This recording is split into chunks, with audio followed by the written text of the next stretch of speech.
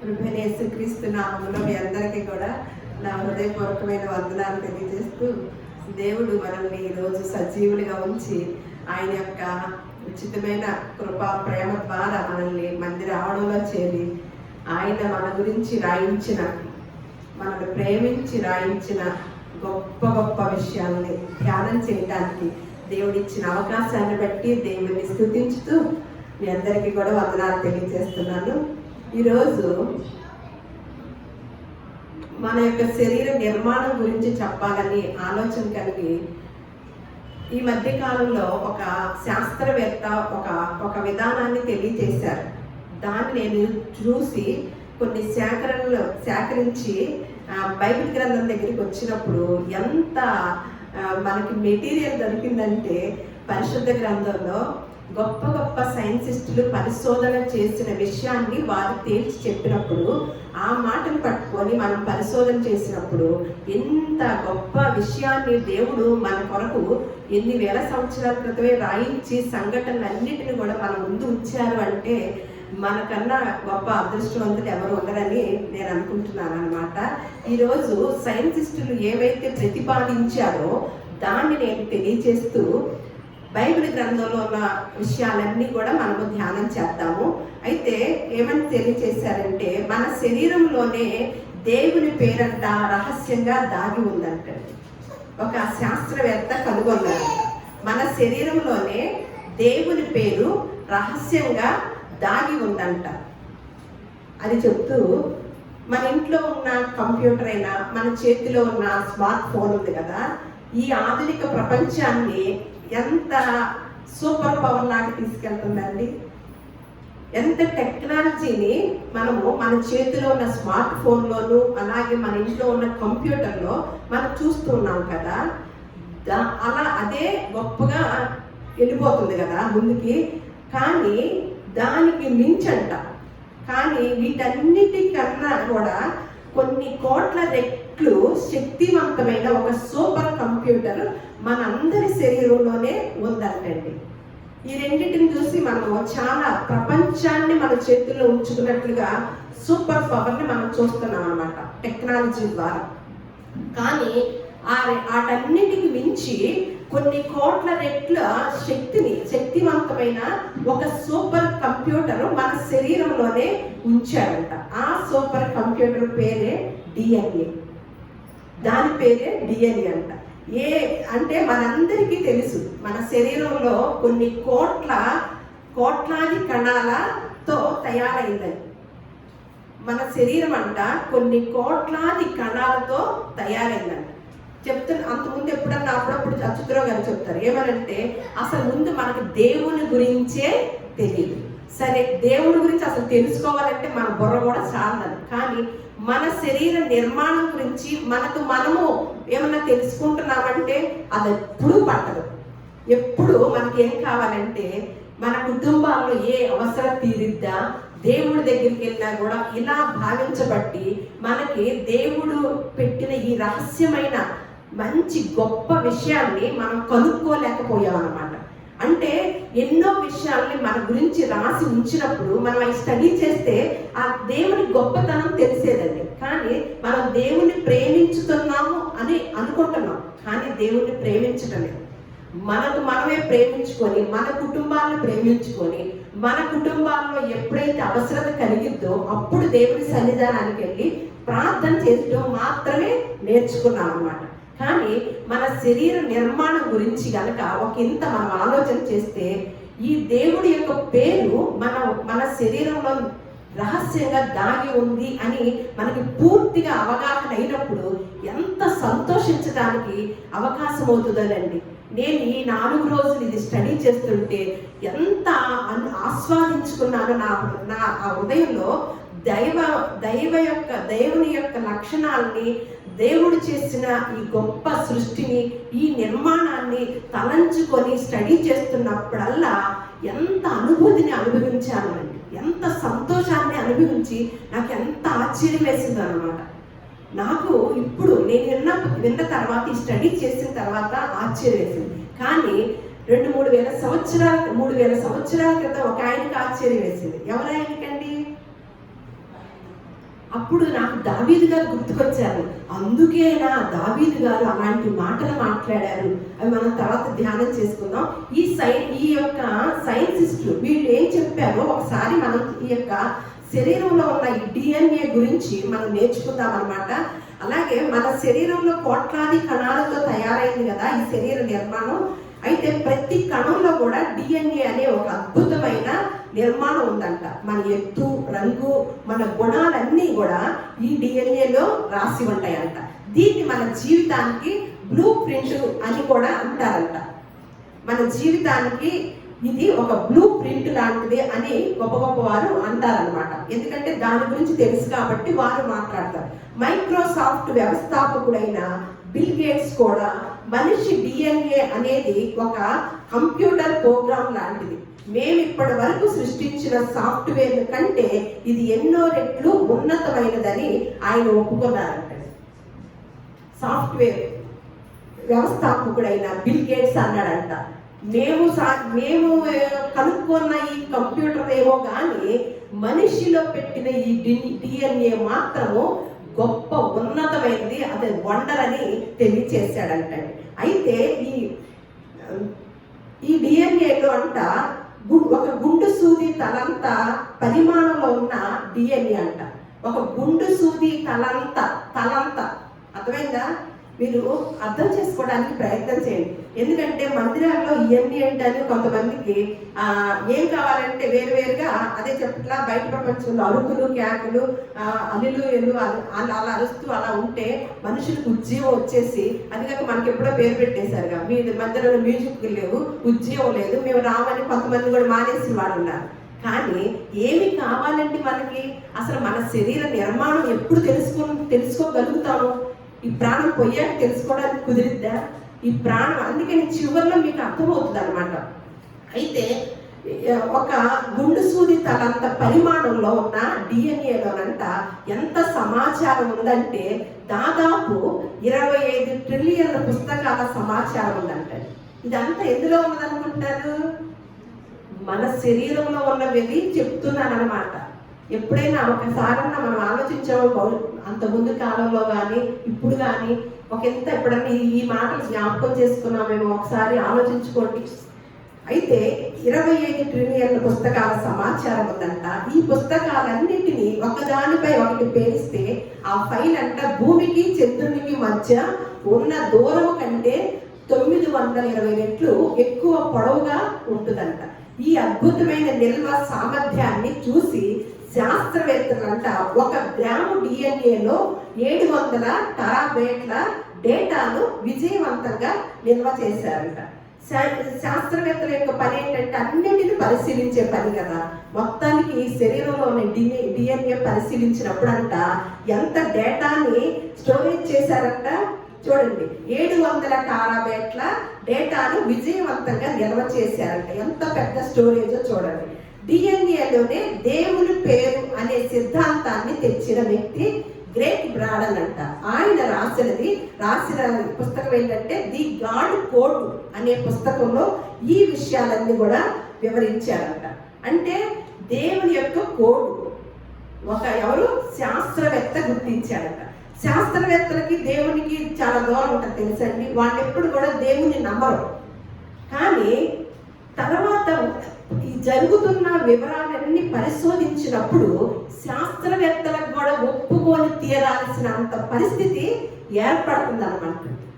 వారి సహితం కూడా ఈ పరిశోధనలో ఆశ్చర్యపోయే సంఘటనలు చూసి ఖచ్చితంగా ఒప్పుకొని తీరాలి అన్న విధంలో ఒక వ్యక్తి ఒక పుస్తకాన్ని రాసి ఈ వివరాలన్నీ కూడా రాశాడనమాట.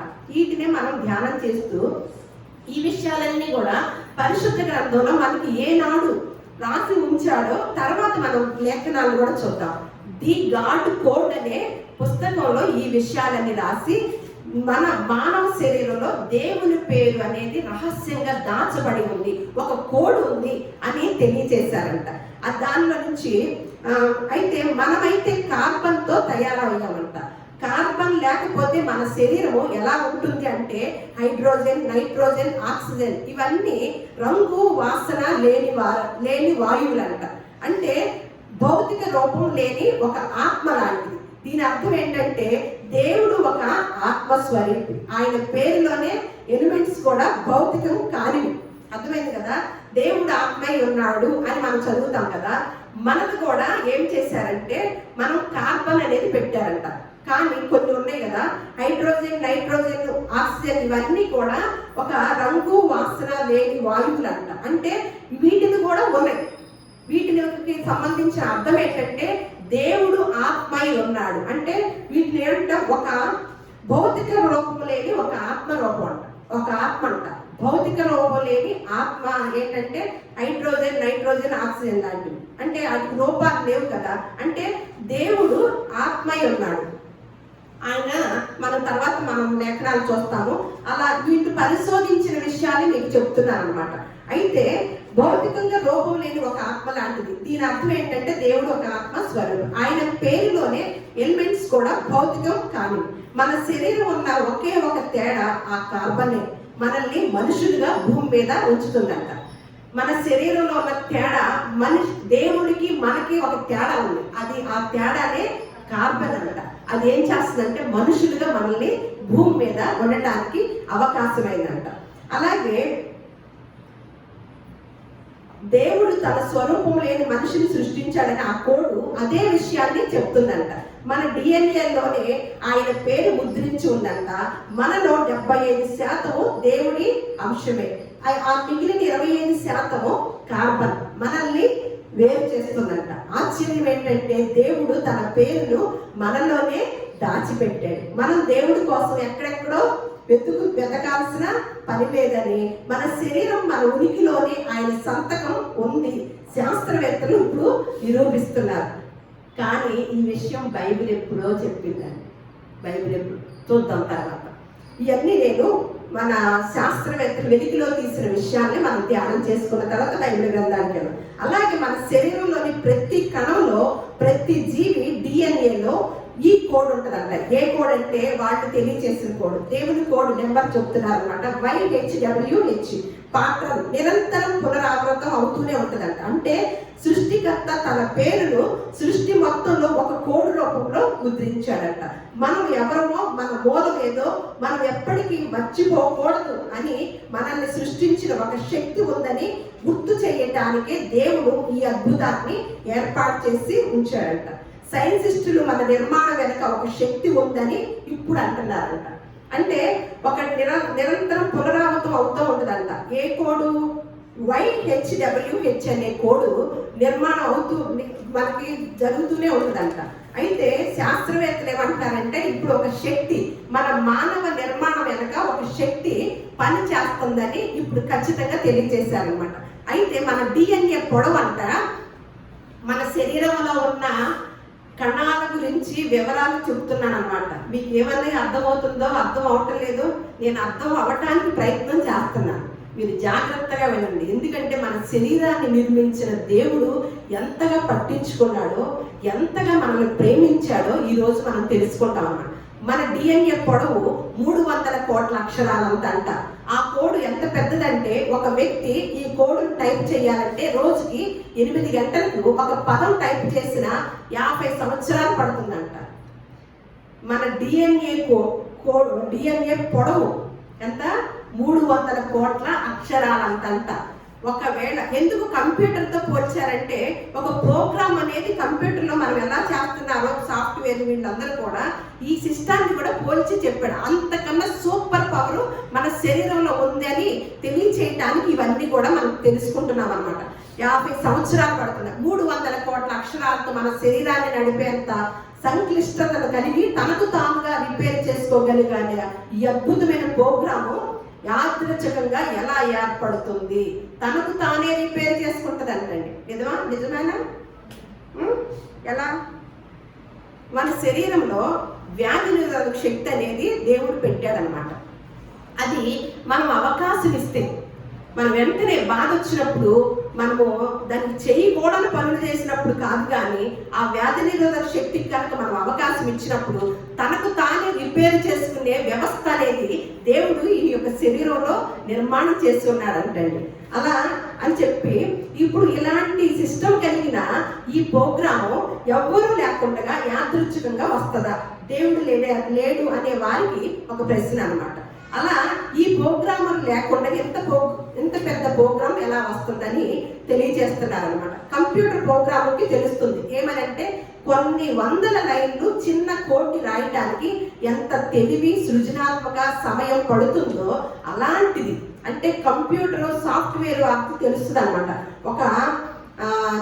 ఒక చిన్న కోడ్ రాయటానికి వాళ్ళ తెలివిని వాళ్ళ సమయాన్ని సృజనాత్మకతను ఎంత పెట్టాలో అనేది ఆ వారికి తెలుస్తుంది. కాబట్టి దానికి మించిన అంటే అలాంటిది విశ్వంలోనే అత్యంత సంక్లిష్టమైన అత్యధిక సమాచారాన్ని నిల్వ ఉంచిన ఈ DNA కోడ్ కూడా రాసిన ఆ సూపర్ ఇంటెలిజెంట్ ప్రోగ్రామ్ ఎవరండి? చూడండి, ఈ అద్భుతమైన కోడ్ యాదృచ్ఛికంగా రావడం అసాధ్యమంట. దీని వెనక ఇదంతా ఎవరు చెప్తున్నారంటే ఒక శాస్త్రవేత్త చెప్తున్న మాటలను మనం తెలియజేసుకుంటున్నాం అనమాట. దీని వెనకంట ఒక మహా గొప్ప శక్తి డిజైనర్ ఉంది తీరాలంట. అది మనకి కంటికి కనపడలేదు. దాని గురించి కూడా మనం తర్వాత మాట్లాడాలి. అలాగే దావీదు కాలంలో అంట బిడ్డ ఎలా పుడతాడని నమ్మేవారంట. ఎలా పుడతాడని నమ్మేవారంటే వాళ్ళు ఫ్రీ ఫార్మేషన్ అనే ఒక సిద్ధాంతాన్ని నమ్మేవారంట. అంటే తండ్రి విత్తనంలోనే ఒక పూర్తి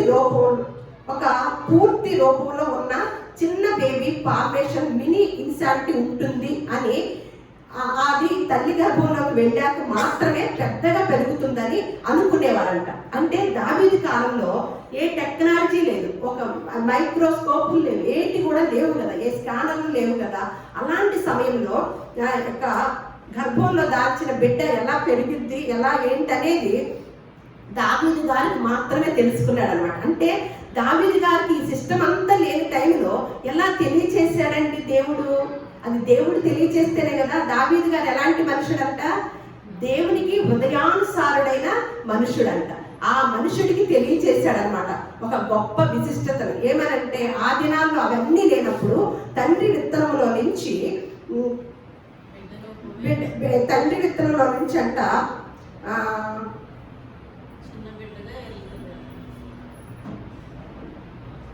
ఒక పూర్తి రూపంలో ఒక చిన్న బేబీ ఫార్మేషన్ అని మినీ ఇన్సానిటీ ఉంటుందని, అది తల్లి గర్భంలోకి వెళ్ళాక మాత్రమే పెద్దగా పెరుగుతుందని అనుకున్నారంట.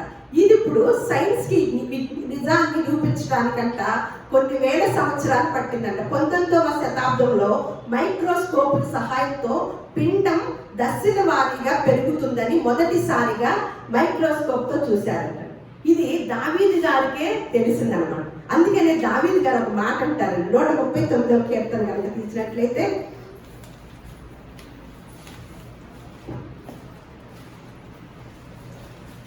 11 నుంచి చదువు. నా అంతరంద్రియములను నీవే కలుగ చేసేది, నా తల్లి గర్భమందు నన్ను నిర్మించిన వాడవు నీవే. నీవు నన్ను కలగ చేసిన విధము చూడగా భయమును ఆశ్చర్యమును నాకు పుట్టుచున్నవి. అందుని బట్టి నేను నీకు కృతజ్ఞతాస్తుతులు చెల్లించుచున్నాను.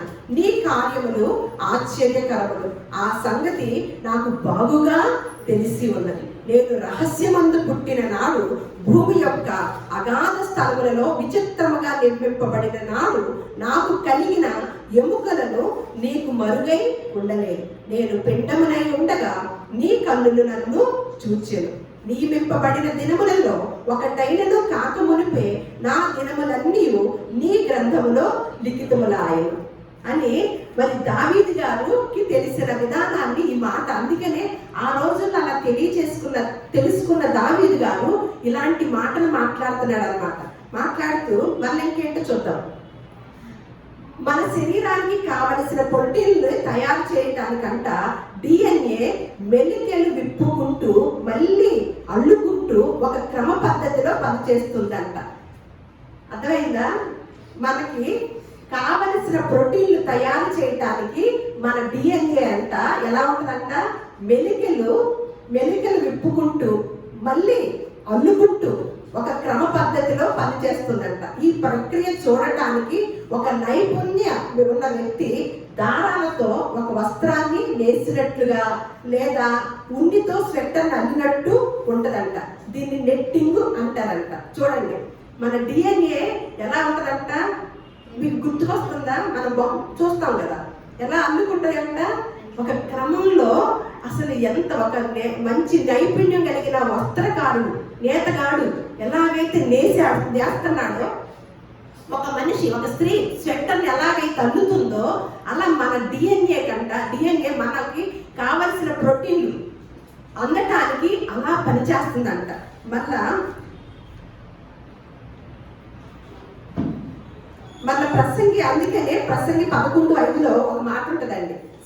దావీదు గారికి సొలొమోను గారికి మాత్రమే శరీరంలో ఉన్న విధానాన్ని, తండ్రికి ఏమన్నా శరీర నిర్మాణాన్ని, శరీరంలో ఉన్న అంతరంద్రియములు గమనించాడు దావీదు గారు. కొడుకు గారు ఏమన్నా చూలాలి గర్భం గురించి, గర్భవతి గురించి మాట్లాడుతున్నాడు అనమాట. ఏమనంటే, చూలాలి గర్భమందు ఎముకలు ఏ రీతిగా ఎదుగునది నీకు తెలియదు అని సొలొమోను గారు అంటున్నారంట. అయితే దావీదుకు సొలొమోనుకు అప్పుడు ఏమైనా పరికరాలు ఉన్నాయండి? లేవు. దేవుని యొక్క దివ్యమైన దర్శనంతో వారందరూ దేవుని ధ్యానంలో ఉంటారు కాబట్టి వారికి దేవుడు తెలియచేసిన విషయాలన్నమాట. మళ్ళా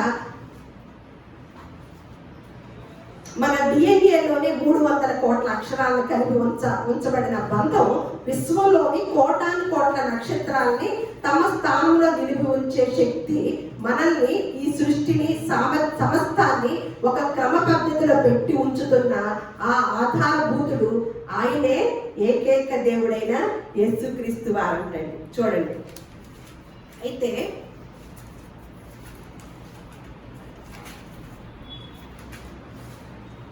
ఇలా తాత్కాలికమైన క్షయమైపోయే ఈ శరీరం కోసం, కొన్ని సంవత్సరాల జీవితం కోసం దేవుడు తన అనంతమైన జ్ఞానంలో నుంచి ఒక చిన్న చొక్కైన మన డిఎన్ఏలో దాచిపెడితే మనం ఏమవుతామా అంట.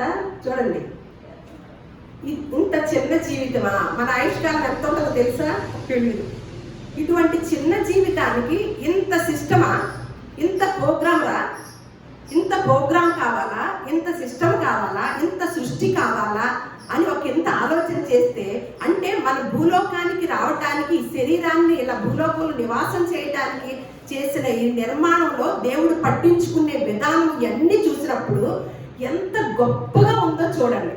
అంటే ఎంత పట్టించుకున్నాడో, ఎంత ప్రేమను చూపించాడో, ఎటువంటి ప్రోగ్రాములు మన లోపల ఉంచాడో అనేది ఆ కణాలు, అంతరంగ అన్ని గమనించితే ఆశ్చర్యపోతాం అన్నమాట. అటువంటి పరిస్థితిలో ఉన్న దేవుడు మరి మనకు ఒక జీవితం ఉంది, అర్థమైందా?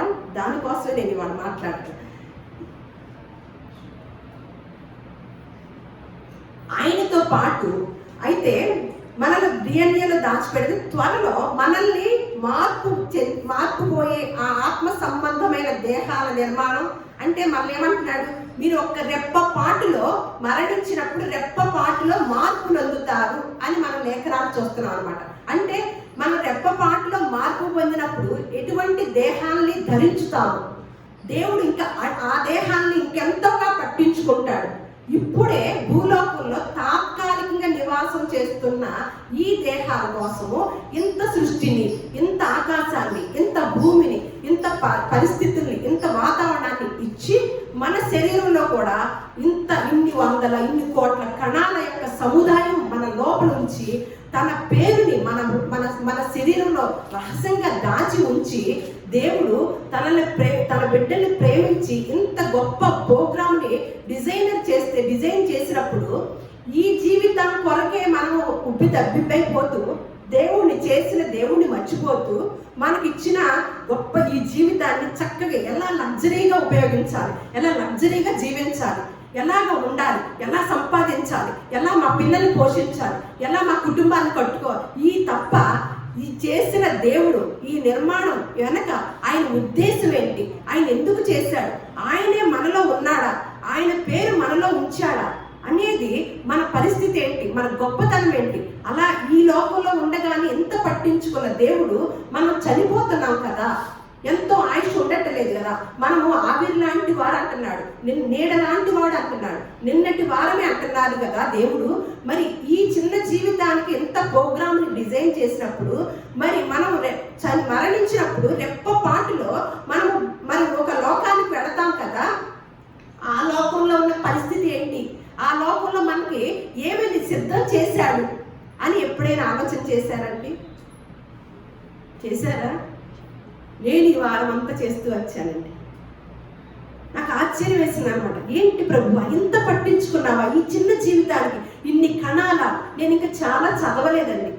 నేను అంత ఇప్పుడు చదివితే మీరు అసలు ఇప్పుడు మొఖాలు ఇప్పటికే తేడాగా ఉన్నాయి.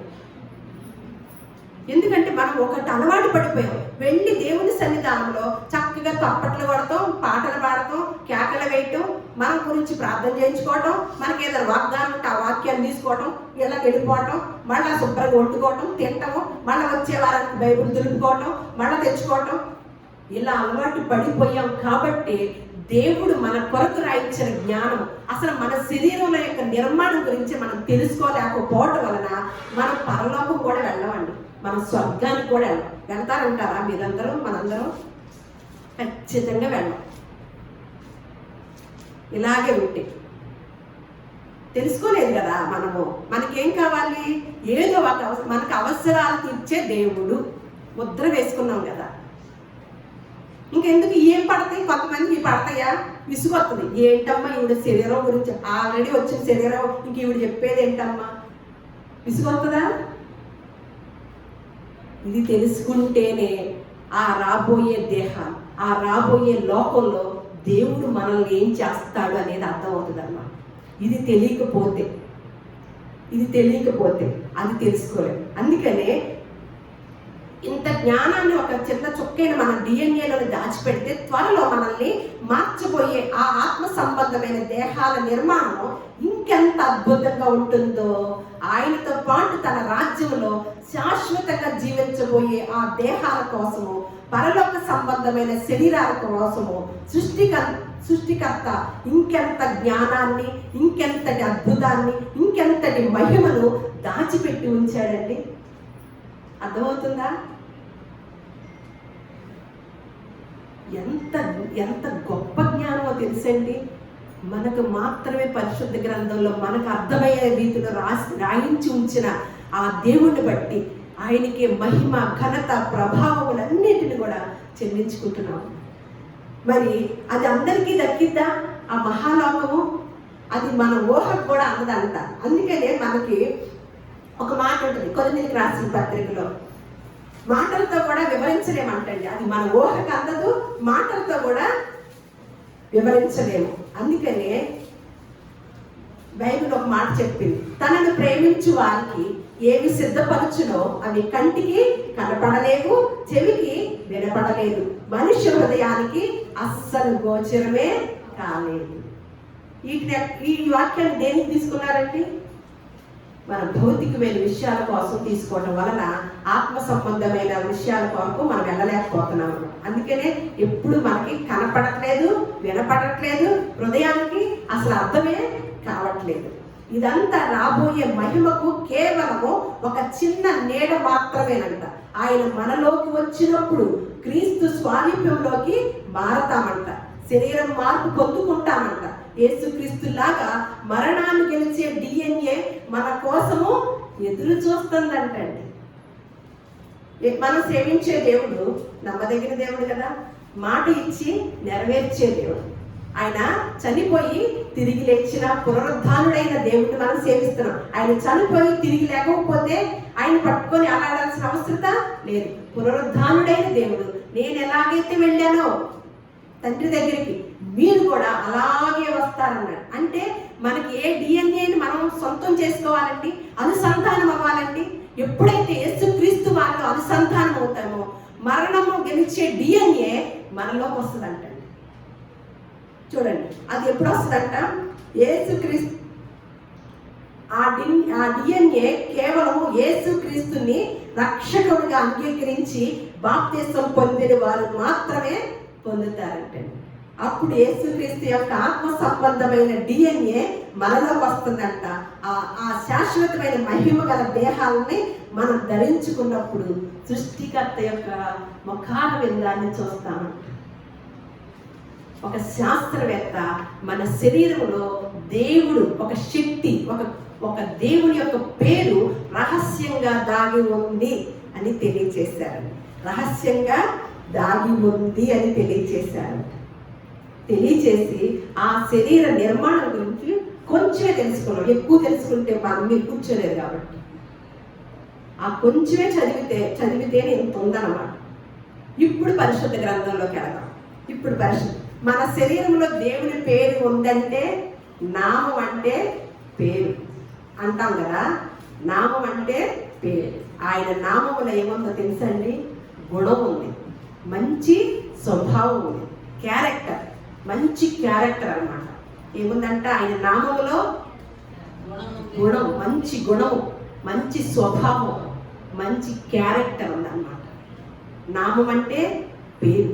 ఆయన పేరు ఎక్కడ దాచి ఉంచాడంట? మనలో రహస్యంగా దాచి ఉంచాడంట. ఆయన పేరుని దాచి ఉంచాడంట. అందుకని ఆదికాండము యెషయా గ్రంథాన్ని చూద్దాం. 43వ అధ్యాయం 7వ వచనం. యెషయా గ్రంథము 43:7. నా మహిమ నిమిత్తము నేను సృజించిన వారిని, నా నామము పెట్టబడిన వారినందరినీ తెప్పించుము. నేనే వారిని కలగచేసితిని, వారిని పుట్టించిన వాడును నేనే.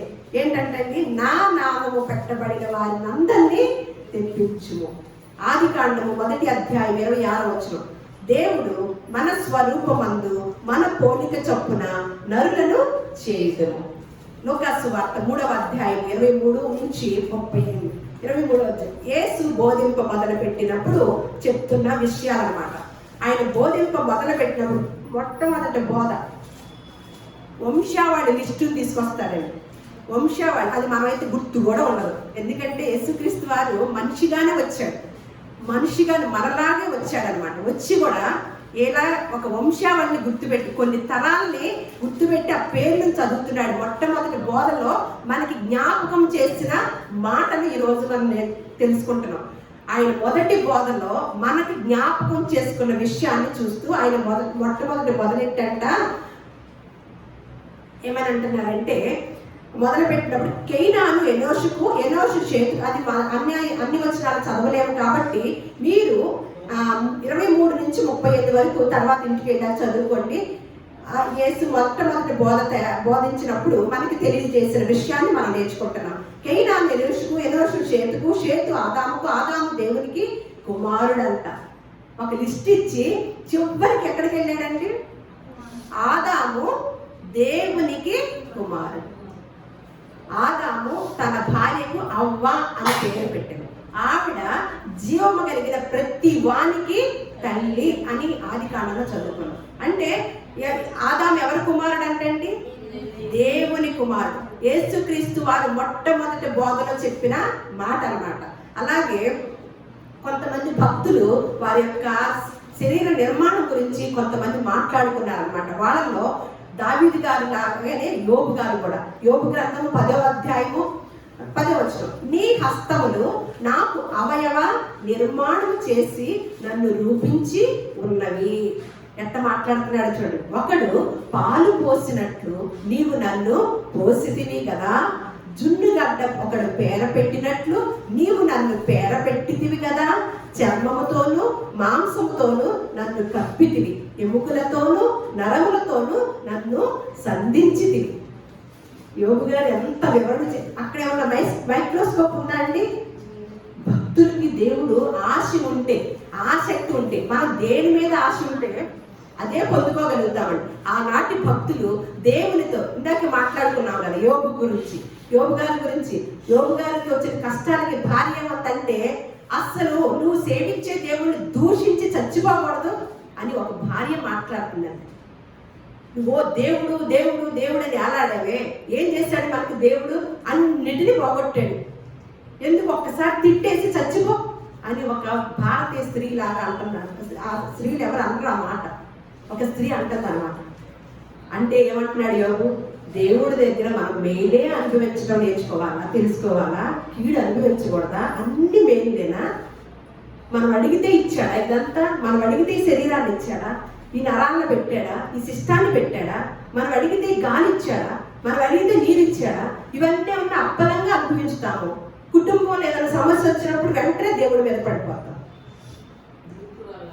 మూర్ఖురాల్లాగా మాట్లాడుతున్నాం అన్నాడు. మరి మనం ఎంతమంది మూర్ఖులంగా ఉంటున్నాము? ఆవిడ గురించి రాశారు కాబట్టి తెలిసింది. ఆ యోగు మాట్లాడుతున్నాడు, నీ హస్తములు. చూడండి, ప్రతి ప్రకృతిలో ప్రతి సృష్టి కార్యాన్ని కూడా ఆయన నోటితో పలికించాడు అనమాట. ఇది జరుగునుగాక, ఇది కలుగునుగాక, ఇది జరుగునుగాక అన్నాడు. కానీ మనుషులమైన మనలో మాత్రము తన స్వహస్తాలతో, తన హస్తాలతో ఏం చేశాడంట? నీ హస్తములు నాకు అవయవ నిర్మాణం చేసి నన్ను రూపించి ఉన్నవి. ఒకడు పాలు పోసి, ఇందాక మనం ఏమనుకున్నాము, ఎలా ఉన్నాయని సైంటిస్ట్ గారు చెప్పారు. ఆ డిఎన్ఏ యొక్క అల్లికలు ఎలా ఉన్నాయంట? ఒక నైపుణ్యం కలిగిన నేతగాడు ఒక వస్త్రాన్ని ఎలాగనే దారాలతో నేస్తాడో అలా అల్లికగా ఉన్నాయంట, వెలికిలుగా. ఒక స్త్రీ తన ఒక బిడ్డకి స్వెట్టర్ అయితే ఎలాగైతే అల్లిద్దో దారాలతో, అలా ఉందంట డిఎన్ఏ. ఇక్కడ ఏమంటున్నాడు? ఒకడు పాలు పోసినట్లు నీవు నన్ను పోసి తిరుగు కదా, జున్నుగడ్డ ఒకడు పేరబెట్టినట్లు నీవు నన్ను పేరబెట్టితివి కదా, చర్మముతోను మాంసముతోను నన్ను కప్పితివి, ఎముకలతోను నరములతోను నన్ను సంధించితివి. మళ్ళా దావీదు గారు ఒక మాట అంటున్నాడు, 119 కీర్తన 57, యెహోవా నీవే నా భాగమును కాపాడుచున్నావు. యెహోవా నీవే నా భాగము. మళ్ళా 16:5 కీర్తన, యెహోవా నా స్వాస్య భాగము, నా పానీయ భాగము, నీవే నా భాగమును కాపాడుచున్నావు అని దావీదు గారు కూడా అంటున్నాడు అనమాట. ఇప్పుడు టోటల్గా వద్దామన్నమాట. టోటల్గా యోహాను సువార్త 10:34 సాక్షాత్తు యేసుక్రీస్తు వారే చెప్తున్న మాట అన్నమాట. ఇప్పుడు శాస్త్రవేత్తలు దేవుని యొక్క సంతకం, దేవుని పేరు మీ శరీరంలో రహస్యంగా దాచిపెట్టాడు దేవుడు అని తెలియజేశాడు కదా. ఇప్పుడు సాక్షాత్తు యేసుక్రీస్తు వారు చెప్తున్న మాటలు యోహాను సువార్త 10:34. అందుకే యేసు అంటున్నాడంట, అంతకుముందు సంభాషణ మీరు చదువుకోండి, మీరు దైవములని నేను అంటినని మీ ధర్మశాస్త్రంలో రాయబడి ఉండలేదా? లేఖనము నిరర్థకము కానేరదు కదా. దేవుని వాక్యము ఎవరికి వచ్చునో వారే దైవములు. అందరూ నా దైవాలు. ఏమంటున్నాడు యేసుక్రీస్తు వారు? మనలందరినీ ఎవరు అంటున్నాడు? దైవాలంటండి. మనం ఏమన్నా దైవాలని తెలియకుండా దయ్యాల్లాగా జీవించడం నేర్చుకున్నాం. మనకి దేవుడు అమ్మ మీరు అని చెప్పడం ఎవరన్నా చెప్పారా? మనకి చెప్పకపోవటం వల్లనే మనం దెయ్యాల్లాగా జీవిస్తున్నాము. పుట్టగానే అమ్మ నువ్వు దేవుడు అమ్మ అని, అమ్మ అయ్యా నువ్వు దేవుడు అయ్యా అని తల్లిదండ్రులు ఎవరు చెప్తున్నారు? వాళ్ళకే తెలియదు. అప్పుడు దేవుడు అంటే ఎలా ఉంటాడు? దేవుడుగానే బ్రతుకుతాడు కదా. చిన్ననాటి నుంచి మనం చెప్పినప్పుడు ఎలా బ్రతుకుతాడండి ఆ వ్యక్తి? దేవుడు పేరంటే ఏంటంట? మనం ఏం నేర్చుకున్నాము? ఆయన నామం అంటే ఏంటి? ఆయన క్యారెక్టర్ అన్నమాట. ఆయన మంచి స్వభావం అది మనలో ఉంచాడంట. మరి మనము ఎవరికి వాక్యము వచ్చునో వారు మాత్రమే దైవం. అంటే వాక్యము ఎవరైతే అర్థం చేసుకొని ఉన్నారో వారు దైవాల్లాగా జీవిస్తారన్నమాట. వాళ్ళు మాత్రమే దేవుడిలాగా జీవిస్తారు. వాక్యం అర్థం అవ్వలేదు అంటే భూలోకంలో క్రైస్తవులకు అర్థమైందంటారా? అర్థమైతే ఇలాగ గందరగోళంగా అల్లరికి కర్తగా చేస్తారా మందిరాలన్నీ? క్యాన్సర్ వస్తే తగ్గించడం, జ్వరం వస్తే తగ్గించడం, వాటి వరకే పరిమితం చేసుకుంటారా? కాదండి, స్వభావాన్ని చూపించాలి. దేవుని యొక్క నామం మనలో పెట్టాడు అంటే, మన డిఎన్ఏలో పెట్టాడు అంటే దేవుడు పెట్టాడు. ఆయన చేసేదంతా న్యాయంగానే చేశాడు. కానీ దాన్ని కోల్పోతుంది మనమేనమాట. ఏమంటున్నాడు? మీరు దైవములని మీరందరూ మీ దేవుని వాక్యము అర్థమైతేనే దైవాలుగా. అదే ధర్మశాస్త్రంలో రాసి ఉండలేదా అని గుర్తు చేశాడు. కాబట్టి మళ్ళా కీర్తన గ్రంథం 82:6 మీరు దైవములనియు మీరందరూ సర్వోన్నతుని కుమారులనియు నేనే సెలవిచ్చి ఉన్నాను. మళ్ళా పౌలు గారు కొలస్సీలకు రాస్తూ గొప్పగా చెప్తున్నాడండి. కొలస్సీలకు రాసిన పత్రిక 1వ అధ్యాయం 17వ వచనం. ఆయన అదృశ్య దేవుని స్వరూపి అయి సర్వ సృష్టికి ఆది సంభూతుడై ఉన్నాడు. ఎలగా ఆకాశమందున్నవి భూమి యందున్నవి దృశ్యమైనవి గాను అదృశ్యమైనవి గాని అవి సింహాసనములైనను ప్రధానులైనను అధికారులైనను సర్వమును ఆయన యందు సృజింపబడేను. సర్వమును ఆయన ద్వారాను ఆయనను బట్టి సృజింపబడేను. ఆయన అన్నిటికంటే ముందుగా ఉన్నవాడు. ఆయనే సమస్తమునకు ఆధారభూతుడై ఉన్నాడు. దేవునికి స్తోత్రము, మహిమ కలుగును గాక. చూడండి ఎంత గొప్ప విషయాన్ని రాయించి ఉంచాడు. మనల్ని ఎంత గొప్పగా ఎంచుకున్నాడో దేవుడు. మనం ఎలా జీవిస్తున్నామో, ఎంత కొరచ బుద్ధితో, ఎంత ఒక రకమైన కుయుక్త ఆలోచనలతో మనలో పెట్టుకొని కల్మషం లేకుండా కనుక జీవించకపోతే కనుక మనం దేవుని కుమారులము కాదు. మన లోపల ఆయన సంతకము తీసేసినట్టే. చూద్దాం ఇక్కడ ఇంకొకటి చూసేసి ముగించుకున్నాం. ప్రకటన గ్రంథము 3వ అధ్యాయము 12వ వచనం. ఎవరికి ఆ పేరు ఉంచుతాడు, పేరు పెట్టాడు కానీ తీసేస్తాడు కూడా. మీకు అర్థమైంది? బైబిల్ గ్రంథం ఎప్పుడన్నా చదివారా?